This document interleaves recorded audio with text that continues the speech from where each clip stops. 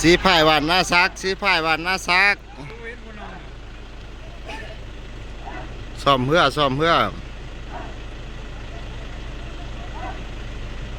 ปีนี้นาซักว่าสิเอา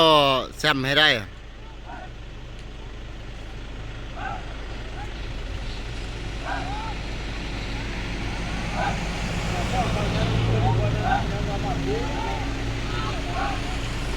สีพายวันนาซักเด้อ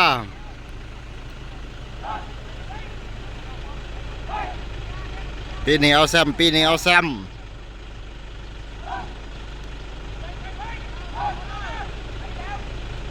ียวว่านี่ก็มีนะเพราะโดนกันก็มีเอา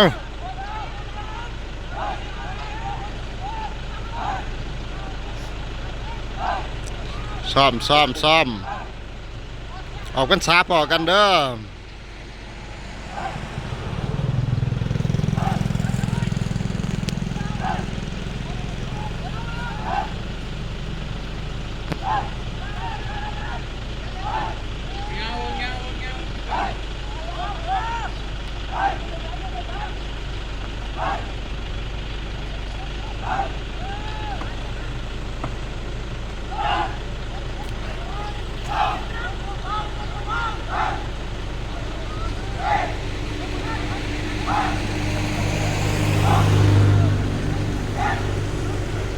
ซ้อมไปแข่งกับ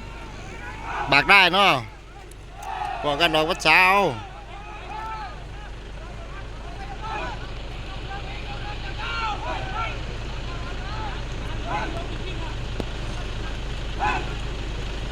น้องสีพาย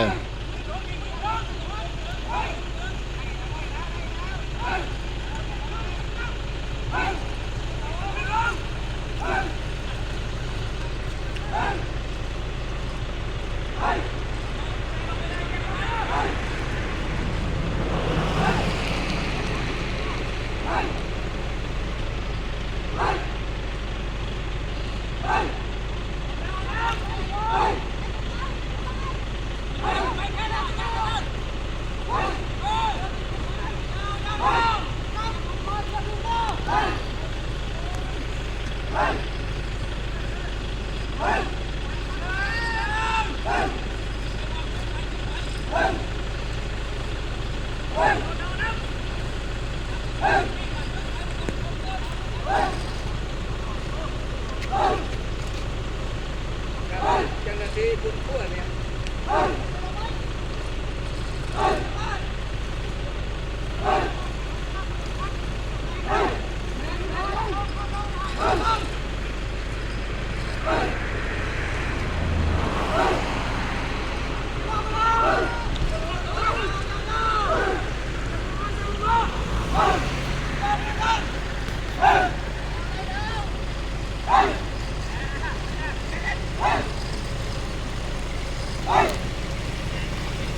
เขาจบคลิปไปแต่เพียงสำนึกก่อนเด้อพอกันออกพรรษา